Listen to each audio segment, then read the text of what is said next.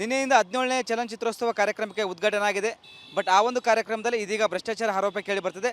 ನಿರ್ದೇಶಕ ಪರಮ್ ಗುಬ್ಬಿದವ್ರನ್ನ ಮಾತಾಡಿಸಿ ಅವ್ರು ಗಂಭೀರ ಆರೋಪ ಮಾಡ್ತಿದ್ದಾರೆ. ಸರ್ ಏನೆಲ್ಲ ಆರೋಪ ಮಾಡ್ತಿದ್ರೆ? ಯಾಕಂದ್ರೆ ನಿನ್ನೆಯಿಂದ ಕಾರ್ಯಕ್ರಮ ಆರಂಭವಾಗಿದೆ. ಈಗ ನಿಮ್ಮ ಚಿತ್ರವನ್ನು ಆಯ್ಕೆ ಮಾಡಿಕೊಂಡಿಲ್ಲ, ಯಾಕಂದ್ರೆ ದುಡ್ಡು ಕೊಟ್ಟವರಿಗೆ ಅಲ್ಲಿ ಆ ಚಿತ್ರಗಳು ಆಯ್ಕೆ ಆಗುತ್ತಾ ಏನು ಸರ್, ಏನು ವಿಚಾರ ಅಂತ? ಈಗ ನಾನು ಮತ್ತೆ ಮಳೆ ಹೊಯ್ಯುತ್ತಿದೆ ಅನ್ನೋ ಚಿತ್ರ ನಿರ್ದೇಶನ ಮಾಡಿದ್ದೀನಿ. ನಮ್ಮ ನಿರ್ಮಾಪಕರು ಕೂಡ ಮಹಿಳೆ ನಿರ್ಮಾಪಕರು. ಇಲ್ಲಿ ಏನು ಹೇಳ್ತಾರೆ, ಸ್ತ್ರೀ ಎಂದರೆ ಅಷ್ಟೇ ಸಾಕೆ ಎಂಬ ಘೋಷವಾಕ್ಯದೊಂದಿಗೆ ಚಿತ್ರೋತ್ಸವ ಆರಂಭಿಸಿದ್ದಾರೆ. ಆದರೆ ಇಲ್ಲಿ ಯಾವುದೇ ಮಹಿಳೆಯರಿಗೆ ಪ್ರಾಮುಖ್ಯತೆ ಕೊಟ್ಟಿಲ್ಲ. ಇಲ್ಲಿ ಕೊಟ್ಟಿರೋದೇನೆಂದರೆ ಬೇರೆ ಚಿತ್ರಗಳು ಕೊಟ್ಟಿದ್ದಾರೆ. ಇಲ್ಲಿ ಕಲಾತ್ಮಕ, ಗುಣಾತ್ಮಕ, ರಚನಾತ್ಮಕ ಚಿತ್ರಗಳಿಲ್ಲ. ಇಲ್ಲಿ ಆಯ್ಕೆ ಮಾಡಿರೋದೆಲ್ಲ ವ್ಯಾಪಾರೀಕರಣದ ಚಿತ್ರಗಳನ್ನು ಆಯ್ಕೆ ಮಾಡಿದ್ದಾರೆ. ಇಲ್ಲಿ ಹಣದ ಪ್ರಾಬಲ್ಯ ಭಾಳಷ್ಟು ನಡೆದಿದೆ. ಭಾಳ ನಡೆದಂತ ಹೇಳ್ತಾರೆ, ಏನು ಆರೋಪ ಮಾಡ್ತಿದ್ರು ಅಂತ? ಒಂದಷ್ಟು ಹಣಗಳು ತಗೊಳ್ತಾರೆ, ಹಣ ಕೊಡೋರು ಯಾರು ಹೇಳಲ್ಲ, ಹಣ ತಗೊಳ್ಳೋರು ಹೇಳಲ್ಲ. ಆದರೆ ನಮ್ಮ ಮೇಲ್ನೋಟಕ್ಕೆ ನಮ್ಗೆ ಇಲ್ಲಿ ಕಾಣಿಸೋದೇನು ಅಂದರೆ, ಇಲ್ಲಿ ಆಯ್ಕೆ ಮಾಡಿಕೊಂಡಿರೋ ಚಿತ್ರಗಳೆಲ್ಲವೂ ವ್ಯಾಪಾರೀಕರಣದ ಚಿತ್ರಗಳನ್ನು ಆಯ್ಕೆ ಮಾಡ್ಕೊಂಡಿದ್ದಾರೆ. ಜೊತೆಗೆ ಪರಭಾಷೆಯ ಚಿತ್ರಗಳು, ಮಲಯಾಳಂ ಚಿತ್ರಗಳನ್ನು 6 ಚಿತ್ರಗಳನ್ನು ಆಯ್ಕೆ ಮಾಡ್ಕೊಳ್ತಾರೆ, ಮರಾಠಿ ಚಿತ್ರಗಳನ್ನು 6 ಆಯ್ಕೆ ಮಾಡ್ತಾರೆ, ಕನ್ನಡಗಳನ್ನು ಒಂದೊಂದು ಆಯ್ಕೆ ಮಾಡ್ತಾರೆ. ಮತ್ತು ಇಲ್ಲಿ ಭ್ರಷ್ಟಾಚಾರ ಏನಂದರೆ, ಅಲ್ಲಿ ಅಕಾಡೆಮಿಲಿ ಇರುವಂತಹ ವ್ಯಕ್ತಿಯೇ ಒಂದು ಸಿನಿಮಾವನ್ನು 3 ವಿಭಾಗಕ್ಕೂ ಆಯ್ಕೆ ಮಾಡ್ಕೊಳ್ತಾರೆ. ಮತ್ತು ಒಂದು ಸಿನಿಮಾದಲ್ಲಿ ಜೂರಿ ಅಂತವರಿರೋ ಅವರ ಮಗನ್ನ ಸಿನಿಮಾ ಇದ್ದರೂ ಕೂಡ ಅವ್ರು ಆಯ್ಕೆ ಮಾಡ್ಕೊಳ್ತಾರೆ. ಅದನ್ನು ಪ್ರಶ್ನೆ ಮಾಡಲಾಗಿ ಆ ಸಿನಿಮಾವನ್ನು ಕೈ ಬಿಡ್ತಾರೆ. ಈಗ ನಿಮ್ಮ ಪ್ರಕಾರ ದುಡ್ಡು ಕೊಟ್ಟರೆ ಅಲ್ಲಿ ಫಿಲಿಮ್ಗಳು ಆಯ್ಕೆ ಮಾಡಿಕೊಳ್ತಾರೆ. ಹಾಗಾದ್ರೆ ಎಷ್ಟು ಸರ್ ಅಮೌಂಟ್ ಎಷ್ಟು ಕೊಡ್ತಾರೆ? ಇಷ್ಟು ಅಂತ ಹೇಳೋದಿಲ್ಲ ಅವರು. ಆದರೆ ಅವ್ರದ್ದು ನನಗೇನು ಹೇಳ್ತಾರೆ ಅಂದರೆ, ನೀವು ನಿಮ್ಮ ಸಿನಿಮಾನ ತಂದುಕೊಡಿ, ನೀವು ನನಗೆ ಇದನ್ನು ಕೊಡಿ, ಅಪ್ಲಿಕೇಶನ್ ಕೊಡಿ, ನಿಮ್ಮ ಸಿನಿಮಾ ನಾವು ಪ್ರದರ್ಶನ ಮಾಡ್ತೀವಿ ಅಂತ ಹೇಳ್ತಾರೆ.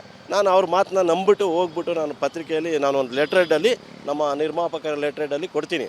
ಆಯಿತು, ನಿಮ್ಮ ಸಿನಿಮಾ ಆಯ್ಕೆ ಮಾಡ್ತೀವಿ, ನೀವೇನು ಗಲಾಟೆ ಮಾಡೋಕ್ಕೆ ಹೋಗಬೇಡಿ ಅಂತ ಹೇಳ್ತಾರೆ. ಆಯಿತು ಅಂತ ನಾನು ಕೊಟ್ಟು ಬರ್ತೀನಿ. ಮತ್ತು ಅವರು ಅದನ್ನು ಸೈಡ್ಗೆ ಇಡ್ತಾರೆ. ತಿರ್ಗಾ ಹೋದಾಗ, ಇಲ್ಲ ರೀ, ರೆಡ್ ಕಾರ್ಪೆಟ್ ಕೊಡ್ತೀವಿ, ನಿಮಗೆ ಶೋ ಮಾಡೋಕ್ಕೆ ವ್ಯವಸ್ಥೆ ಮಾಡ್ತೀವಿ ಅಂತಾರೆ. ಮಾಡೋದಿಲ್ಲ ಸರ್ ಅವರು. ಅಲ್ಲಿಗೆ ಗೊತ್ತಾಗುತ್ತೆ ನಮಗೆ, ನಾವು ಹಣ ಕೊಟ್ಟಿಲ್ಲ, ಹಾಗಾಗಿ ನಮ್ಮನ್ನು ಅವ್ರು ಪೆಂಡಿಂಗ್ ಇಟ್ಟಿದ್ದಾರೆ ಅಂತ ಚೆನ್ನಾಗಿ ಗೊತ್ತಾಗುತ್ತೆ. ಮತ್ತು ಈ ಪರಭಾಷಕ ಚಿತ್ರಗಳು ತುಂಬ ಆಯ್ಕೆ ಆಗಿದ್ದಾವೆ. ಒಂದು ಕಡೆ ಕೇರಳ, ಮರಾಠಿ ಚಿತ್ರಗಳು ಜಾಸ್ತಿ ಪ್ರಮಾಣದಲ್ಲಿ ಆಯ್ಕೆ ಆಗಿದ್ದಾವೆ, ಕನ್ನಡ ಚಿತ್ರಗಳು ಆಯ್ಕೆ ಆಗಿಲ್ಲ ಅಂತ ಆರೋಪ ಮಾಡ್ತಿದ್ರ? ಖಂಡಿತ ಸರ್. ಯಾಕೆಂದರೆ ಅವ್ರ ರಾಜ್ಯಗಳಲ್ಲಿ ಪರಭಾಷೆ ಚಿತ್ರಗಳನ್ನು ಇಲ್ಲಿ ಆಯ್ಕೆ ಮಾಡಿದ್ದಾರೆ. ಸಂತೋಷ, ಮಾಡಲಿ ಎಲ್ಲರೂ. ಯಾಕೆಂದರೆ ಎಲ್ಲ ರಾಜ್ಯ ಮತ್ತು ಎಲ್ಲರೂ ಬರ್ತಾರೆ. ತೆಲುಗು, ತಮಿಳು ಇಲ್ಲ, ಇಲ್ಲಿ ಮರಾಠಿ ಮತ್ತು ಮಲಯಾಳಂ 2 ಸಿನಿಮಾಗಳನ್ನು 6 ವಿಭಾಗ ಕೊಡೋ ಅವಶ್ಯಕತೆ ಇತ್ತಾ? ಕನ್ನಡಕ್ಕೆ ನೀವು ಪ್ರಾಮುಖ್ಯತೆ ಕೊಡಲಾರ್ದಲೆ ಮಲಯಾಳಂ ಮತ್ತು ಮರಾಠಿ ಕೊಟ್ಟರೆ, ನೀವು ಹೋಗಿ ಮಹಾರಾಷ್ಟ್ರದಲ್ಲಿ ನಮ್ಮ ಸಿನಿಮಾನು 6 ಹಾಕ್ಸ್ ಬನ್ನಿ ನೋಡೋಣ, ನೀವು ಆಗೋದಿಲ್ಲ. ಮಲಯಾಳಂಗೆ ಹೋಗಿ 6 ಸಿನಿಮಾ ಹಾಕ್ಸ್ ಬನ್ನಿ, ಆಗೋದಿಲ್ಲ. ಆದರೆ ನಮ್ಮ ಕನ್ನಡಕ್ಕೆ ಇಲ್ಲಿ ದ್ರೋಹ ಆಗಿದೆ. ಮತ್ತು ನಿನ್ನೆ ಹೋದ ಸರಿ ರಿಲೀಸ್ ಆದಂಥ ಹಲವು ವ್ಯಾಪಾರೀಕರಣ ಚಿತ್ರನ ಆಯ್ಕೆ ಮಾಡ್ಕೊಳ್ತಾರೆ. ಜೊತೆಗೆ ಅವ್ರ ಜೊತೆಯಲ್ಲಿರುವಂತಹ ಮುರಳಿ ಅವರು ಕೂಡ ಈ ಆಯ್ಕೆ ವಿಭಾಗದಲ್ಲಿ ಅವರಿಬ್ಬರದು ಭ್ರಷ್ಟಾಚಾರ ಭಾಳಷ್ಟಿದೆ sir. Thank you sir. Yes, ಇದಿಷ್ಟು ನಿರ್ದೇಶಕ ಪರಮ್ ಗುಬ್ಬಿ ಅವರ ಮಾತಾಗಿದ್ದು. ಕ್ಯಾಮ್ರಾ ಪರ್ಸನ್ ಮಂಜು ಜೊತೆ ವೀರೇಶ್, ರಿಪಬ್ಲಿಕ್ ಕನ್ನಡ, ಬೆಂಗಳೂರು. ನಿನ್ನೆಯಿಂದ 17ನೇ ಚಲನಚಿತ್ರೋತ್ಸವ ಕಾರ್ಯಕ್ರಮಕ್ಕೆ ಉದ್ಘಾಟನೆ ಆಗಿದೆ. ಬಟ್ ಆ ಒಂದು ಕಾರ್ಯಕ್ರಮದಲ್ಲಿ ಇದೀಗ ಭ್ರಷ್ಟಾಚಾರ ಆರೋಪ ಕೇಳಿ ಬರ್ತಿದೆ. ನಿರ್ದೇಶಕ ಪರಮ್ ಗುಬ್ಬಿದವ್ರನ್ನ ಮಾತಾಡಿಸಿ ಅವ್ರು ಗಂಭೀರ ಆರೋಪ ಮಾಡ್ತಿದ್ದಾರೆ. ಸರ್ ಏನೆಲ್ಲ ಆರೋಪ ಮಾಡ್ತಿದ್ರೆ? ಯಾಕಂದ್ರೆ ನಿನ್ನೆಯಿಂದ ಕಾರ್ಯಕ್ರಮ ಆರಂಭವಾಗಿದೆ. ಈಗ ನಿಮ್ಮ ಚಿತ್ರವನ್ನು ಆಯ್ಕೆ ಮಾಡಿಕೊಂಡಿಲ್ಲ, ಯಾಕಂದ್ರೆ ದುಡ್ಡು ಕೊಟ್ಟವರಿಗೆ ಅಲ್ಲಿ ಆ ಚಿತ್ರಗಳು ಆಯ್ಕೆ ಆಗುತ್ತಾ ಏನು ಸರ್, ಏನು ವಿಚಾರ ಅಂತ? ಈಗ ನಾನು ಮತ್ತೆ ಮಳೆ ಹೊಯ್ಯುತ್ತಿದೆ ಅನ್ನೋ ಚಿತ್ರ ನಿರ್ದೇಶನ ಮಾಡಿದ್ದೀನಿ. ನಮ್ಮ ನಿರ್ಮಾಪಕರು ಕೂಡ ಮಹಿಳೆ ನಿರ್ಮಾಪಕರು. ಇಲ್ಲಿ ಏನು ಹೇಳ್ತಾರೆ, ಸ್ತ್ರೀ ಎಂದರೆ ಅಷ್ಟೇ ಸಾಕೆ ಎಂಬ ಘೋಷವಾಕ್ಯದೊಂದಿಗೆ ಚಿತ್ರೋತ್ಸವ ಆರಂಭಿಸಿದ್ದಾರೆ. ಆದರೆ ಇಲ್ಲಿ ಯಾವುದೇ ಮಹಿಳೆಯರಿಗೆ ಪ್ರಾಮುಖ್ಯತೆ ಕೊಟ್ಟಿಲ್ಲ. ಇಲ್ಲಿ ಕೊಟ್ಟಿರೋದೇನೆಂದರೆ ಬೇರೆ ಚಿತ್ರಗಳು ಕೊಟ್ಟಿದ್ದಾರೆ. ಇಲ್ಲಿ ಕಲಾತ್ಮಕ, ಗುಣಾತ್ಮಕ, ರಚನಾತ್ಮಕ ಚಿತ್ರಗಳಿಲ್ಲ. ಇಲ್ಲಿ ಆಯ್ಕೆ ಮಾಡಿರೋದೆಲ್ಲ ವ್ಯಾಪಾರೀಕರಣದ ಚಿತ್ರಗಳನ್ನು ಆಯ್ಕೆ ಮಾಡಿದ್ದಾರೆ. ಇಲ್ಲಿ ಹಣದ ಪ್ರಾಬಲ್ಯ ಭಾಳಷ್ಟು ನಡೆದಿದೆ. ಭಾಳ ನಡೆದಂತ ಹೇಳ್ತಾರೆ, ಏನು ಆರೋಪ ಮಾಡ್ತಿದ್ರು ಅಂತ? ಒಂದಷ್ಟು ಹಣಗಳು ತಗೊಳ್ತಾರೆ, ಹಣ ಕೊಡೋರು ಯಾರು ಹೇಳಲ್ಲ, ಹಣ ತಗೊಳ್ಳೋರು ಹೇಳಲ್ಲ. ಆದರೆ ನಮ್ಮ ಮೇಲ್ನೋಟಕ್ಕೆ ನಮ್ಗೆ ಇಲ್ಲಿ ಕಾಣಿಸೋದೇನು ಅಂದರೆ, ಇಲ್ಲಿ ಆಯ್ಕೆ ಮಾಡಿಕೊಂಡಿರೋ ಚಿತ್ರಗಳೆಲ್ಲವೂ ವ್ಯಾಪಾರೀಕರಣದ ಚಿತ್ರಗಳನ್ನು ಆಯ್ಕೆ ಮಾಡ್ಕೊಂಡಿದ್ದಾರೆ. ಜೊತೆಗೆ ಪರಭಾಷೆಯ ಚಿತ್ರಗಳು, ಮಲಯಾಳಂ ಚಿತ್ರಗಳನ್ನು 6 ಚಿತ್ರಗಳನ್ನು ಆಯ್ಕೆ ಮಾಡ್ಕೊಳ್ತಾರೆ, ಮರಾಠಿ ಚಿತ್ರಗಳನ್ನು 6 ಆಯ್ಕೆ ಮಾಡ್ತಾರೆ, ಕನ್ನಡಗಳನ್ನು ಒಂದೊಂದು ಆಯ್ಕೆ ಮಾಡ್ತಾರೆ. ಮತ್ತು ಇಲ್ಲಿ ಭ್ರಷ್ಟಾಚಾರ ಏನಂದರೆ, ಅಲ್ಲಿ ಅಕಾಡೆಮಿಲಿ ಇರುವಂತಹ ವ್ಯಕ್ತಿಯೇ ಒಂದು ಸಿನಿಮಾವನ್ನು 3 ವಿಭಾಗಕ್ಕೂ ಆಯ್ಕೆ ಮಾಡ್ಕೊಳ್ತಾರೆ. ಮತ್ತು ಒಂದು ಸಿನಿಮಾದಲ್ಲಿ ಜೂರಿ ಅಂತವರಿರೋ ಅವರ ಮಗನ್ನ ಸಿನಿಮಾ ಇದ್ದರೂ ಕೂಡ ಅವ್ರು ಆಯ್ಕೆ ಮಾಡ್ಕೊಳ್ತಾರೆ. ಅದನ್ನು ಪ್ರಶ್ನೆ ಮಾಡಲಾಗಿ ಆ ಸಿನಿಮಾವನ್ನು ಕೈ ಬಿಡ್ತಾರೆ. ಈಗ ನಿಮ್ಮ ಪ್ರಕಾರ ದುಡ್ಡು ಕೊಟ್ಟರೆ ಅಲ್ಲಿ ಫಿಲಿಮ್ಗಳು ಆಯ್ಕೆ ಮಾಡಿಕೊಳ್ತಾರೆ. ಹಾಗಾದ್ರೆ ಎಷ್ಟು ಸರ್ ಅಮೌಂಟ್ ಎಷ್ಟು ಕೊಡ್ತಾರೆ? ಇಷ್ಟು ಅಂತ ಹೇಳೋದಿಲ್ಲ ಅವರು. ಆದರೆ ಅವ್ರದ್ದು ನನಗೇನು ಹೇಳ್ತಾರೆ ಅಂದರೆ, ನೀವು ನಿಮ್ಮ ಸಿನಿಮಾನ ತಂದುಕೊಡಿ, ನೀವು ನನಗೆ ಇದನ್ನು ಕೊಡಿ, ಅಪ್ಲಿಕೇಶನ್ ಕೊಡಿ, ನಿಮ್ಮ ಸಿನಿಮಾ ನಾವು ಪ್ರದರ್ಶನ ಮಾಡ್ತೀವಿ ಅಂತ ಹೇಳ್ತಾರೆ. ನಾನು ಅವ್ರ ಮಾತನ್ನ ನಂಬಿಬಿಟ್ಟು ಹೋಗ್ಬಿಟ್ಟು ನಾನು ಪತ್ರಿಕೆಯಲ್ಲಿ ನಾನು ಒಂದು ಲೆಟ್ರೇಡಲ್ಲಿ, ನಮ್ಮ ನಿರ್ಮಾಪಕರ ಲೆಟ್ರೇಡಲ್ಲಿ ಕೊಡ್ತೀನಿ. ಆಯಿತು, ನಿಮ್ಮ ಸಿನಿಮಾ ಆಯ್ಕೆ ಮಾಡ್ತೀವಿ, ನೀವೇನು ಗಲಾಟೆ ಮಾಡೋಕ್ಕೆ ಹೋಗಬೇಡಿ ಅಂತ ಹೇಳ್ತಾರೆ. ಆಯಿತು ಅಂತ ನಾನು ಕೊಟ್ಟು ಬರ್ತೀನಿ. ಮತ್ತು ಅವರು ಅದನ್ನು ಸೈಡ್ಗೆ ಇಡ್ತಾರೆ. ತಿರ್ಗಾ ಹೋದಾಗ, ಇಲ್ಲ ರೀ, ರೆಡ್ ಕಾರ್ಪೆಟ್ ಕೊಡ್ತೀವಿ, ನಿಮಗೆ ಶೋ ಮಾಡೋಕ್ಕೆ ವ್ಯವಸ್ಥೆ ಮಾಡ್ತೀವಿ ಅಂತಾರೆ. ಮಾಡೋದಿಲ್ಲ ಸರ್ ಅವರು. ಅಲ್ಲಿಗೆ ಗೊತ್ತಾಗುತ್ತೆ ನಮಗೆ, ನಾವು ಹಣ ಕೊಟ್ಟಿಲ್ಲ, ಹಾಗಾಗಿ ನಮ್ಮನ್ನು ಅವ್ರು ಪೆಂಡಿಂಗ್ ಇಟ್ಟಿದ್ದಾರೆ ಅಂತ ಚೆನ್ನಾಗಿ ಗೊತ್ತಾಗುತ್ತೆ. ಮತ್ತು ಈ ಪರಭಾಷಕ ಚಿತ್ರಗಳು ತುಂಬ ಆಯ್ಕೆ ಆಗಿದ್ದಾವೆ. ಒಂದು ಕಡೆ ಕೇರಳ, ಮರಾಠಿ ಚಿತ್ರಗಳು ಜಾಸ್ತಿ ಪ್ರಮಾಣದಲ್ಲಿ ಆಯ್ಕೆ ಆಗಿದ್ದಾವೆ, ಕನ್ನಡ ಚಿತ್ರಗಳು ಆಯ್ಕೆ ಆಗಿಲ್ಲ ಅಂತ ಆರೋಪ ಮಾಡ್ತಿದ್ರ? ಖಂಡಿತ ಸರ್. ಯಾಕೆಂದರೆ ಅವ್ರ ರಾಜ್ಯಗಳಲ್ಲಿ ಪರಭಾಷೆ ಚಿತ್ರಗಳನ್ನು ಇಲ್ಲಿ ಆಯ್ಕೆ ಮಾಡಿದ್ದಾರೆ. ಸಂತೋಷ ಮಾಡಲಿ ಎಲ್ಲರೂ, ಯಾಕೆಂದರೆ ಎಲ್ಲ ರಾಜ್ಯ ಮತ್ತು ಎಲ್ಲರೂ ಬರ್ತಾರೆ. ತೆಲುಗು ತಮಿಳು ಇಲ್ಲ, ಇಲ್ಲಿ ಮರಾಠಿ ಮತ್ತು ಮಲಯಾಳಂ ಎರಡು ಸಿನಿಮಾಗಳನ್ನು ಆರ್ ವಿಭಾಗ ಕೊಡೋ ಅವಶ್ಯಕತೆ ಇತ್ತಾ? ಕನ್ನಡಕ್ಕೆ ನೀವು ಪ್ರಾಮುಖ್ಯತೆ ಕೊಡಲಾರ್ದಲೆ ಮಲಯಾಳಂ ಮತ್ತು ಮರಾಠಿ ಕೊಟ್ಟರೆ ನೀವು ಹೋಗಿ ಮಹಾರಾಷ್ಟ್ರದಲ್ಲಿ ನಮ್ಮ ಸಿನಿಮಾನು ಹಾಕ್ಸಿ ಬನ್ನಿ ನೋಡೋಣ, ನೀವು ಆಗೋದಿಲ್ಲ. ಮಲಯಾಳಂಗೆ ಹೋಗಿ 6 ಸಿನಿಮಾ ಹಾಕ್ಸಿ ಬನ್ನಿ, ಆಗೋದಿಲ್ಲ. ಆದರೆ ನಮ್ಮ ಕನ್ನಡಕ್ಕೆ ಇಲ್ಲಿ ದ್ರೋಹ ಆಗಿದೆ. ಮತ್ತು ನಿನ್ನೆ ಹೋದ ಸರಿ ರಿಲೀಸ್ ಆದಂಥ ಹಲವು ವ್ಯಾಪಾರೀಕರಣ ಚಿತ್ರನ ಆಯ್ಕೆ ಮಾಡ್ಕೊಳ್ತಾರೆ. ಜೊತೆಗೆ ಅವ್ರ ಜೊತೆಯಲ್ಲಿರುವಂತಹ ಮುರಳಿ ಅವರು ಕೂಡ ಈ ಆಯ್ಕೆ ವಿಭಾಗದಲ್ಲಿ ಅವರಿಬ್ಬರದು ಭ್ರಷ್ಟಾಚಾರ ಭಾಳಷ್ಟಿದೆ sir. Thank you sir. Yes, ಇದಿಷ್ಟು ನಿರ್ದೇಶಕ ಪರಂ ಗುಬ್ಬಿ ಅವರ ಮಾತಾಗಿದ್ದು. ಕ್ಯಾಮ್ರಾ ಪರ್ಸನ್ ಮಂಜು ಜೊತೆ ವೀರೇಶ್, ರಿಪಬ್ಲಿಕ್ ಕನ್ನಡ, ಬೆಂಗಳೂರು. ನಿನ್ನೆಯಿಂದ 17ನೇ ಚಲನಚಿತ್ರೋತ್ಸವ ಕಾರ್ಯಕ್ರಮಕ್ಕೆ ಉದ್ಘಾಟನೆ ಆಗಿದೆ.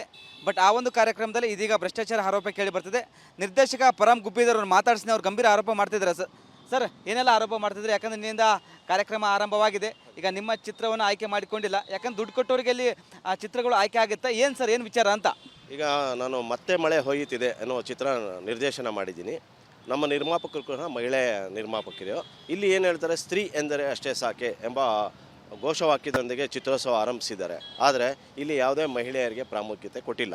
ಇಲ್ಲಿ ಕೊಟ್ಟಿರೋದೇನೆಂದರೆ ಬೇರೆ ಚಿತ್ರಗಳು ಕೊಟ್ಟಿದ್ದಾರೆ. ಇಲ್ಲಿ ಕಲಾತ್ಮಕ, ಗುಣಾತ್ಮಕ, ರಚನಾತ್ಮಕ ಚಿತ್ರಗಳಿಲ್ಲ. ಇಲ್ಲಿ ಆಯ್ಕೆ ಮಾಡಿರೋದೆಲ್ಲ ವ್ಯಾಪಾರೀಕರಣದ ಚಿತ್ರಗಳನ್ನು ಆಯ್ಕೆ ಮಾಡಿದ್ದಾರೆ. ಇಲ್ಲಿ ಹಣದ ಪ್ರಾಬಲ್ಯ ಭಾಳಷ್ಟು ನಡೆದಿದೆ. ಅಂದ್ರೆ ಸರ್ ಏನೆಲ್ಲ ಭಾಳ ನಡೆದಂತ ಹೇಳ್ತಾರೆ, ಏನು ಆರೋಪ ಮಾಡ್ತಿದ್ರು ಅಂತ? ಒಂದಷ್ಟು ಹಣಗಳು ತಗೊಳ್ತಾರೆ. ಹಣ ಕೊಡೋರು ಯಾರು ಹೇಳಲ್ಲ, ಹಣ ತಗೊಳ್ಳೋರು ಹೇಳಲ್ಲ. ಆದರೆ ನಮ್ಮ ಮೇಲ್ನೋಟಕ್ಕೆ ನಮ್ಗೆ ಇಲ್ಲಿ ಕಾಣಿಸೋದೇನು ಅಂದರೆ, ಇಲ್ಲಿ ಆಯ್ಕೆ ಮಾಡಿಕೊಂಡಿರೋ ಚಿತ್ರಗಳೆಲ್ಲವೂ ವ್ಯಾಪಾರೀಕರಣದ ಚಿತ್ರಗಳನ್ನು ಆಯ್ಕೆ ಮಾಡ್ಕೊಂಡಿದ್ದಾರೆ. ಜೊತೆಗೆ ಪರಭಾಷೆಯ ಚಿತ್ರಗಳು, ಮಲಯಾಳಂ ಚಿತ್ರಗಳನ್ನು 6 ಚಿತ್ರಗಳನ್ನು ಆಯ್ಕೆ ಮಾಡ್ಕೊಳ್ತಾರೆ, ಮರಾಠಿ ಚಿತ್ರಗಳನ್ನು 6 ಆಯ್ಕೆ ಮಾಡ್ತಾರೆ, ಕನ್ನಡಗಳನ್ನು ಒಂದೊಂದು ಆಯ್ಕೆ ಮಾಡ್ತಾರೆ. ಮತ್ತು ಇಲ್ಲಿ ಭ್ರಷ್ಟಾಚಾರ ಏನಂದರೆ, ಅಲ್ಲಿ ಅಕಾಡೆಮಿಲಿ ಇರುವಂತಹ ವ್ಯಕ್ತಿಯೇ ಒಂದು ಸಿನಿಮಾವನ್ನು 3 ವಿಭಾಗಕ್ಕೂ ಆಯ್ಕೆ ಮಾಡ್ಕೊಳ್ತಾರೆ.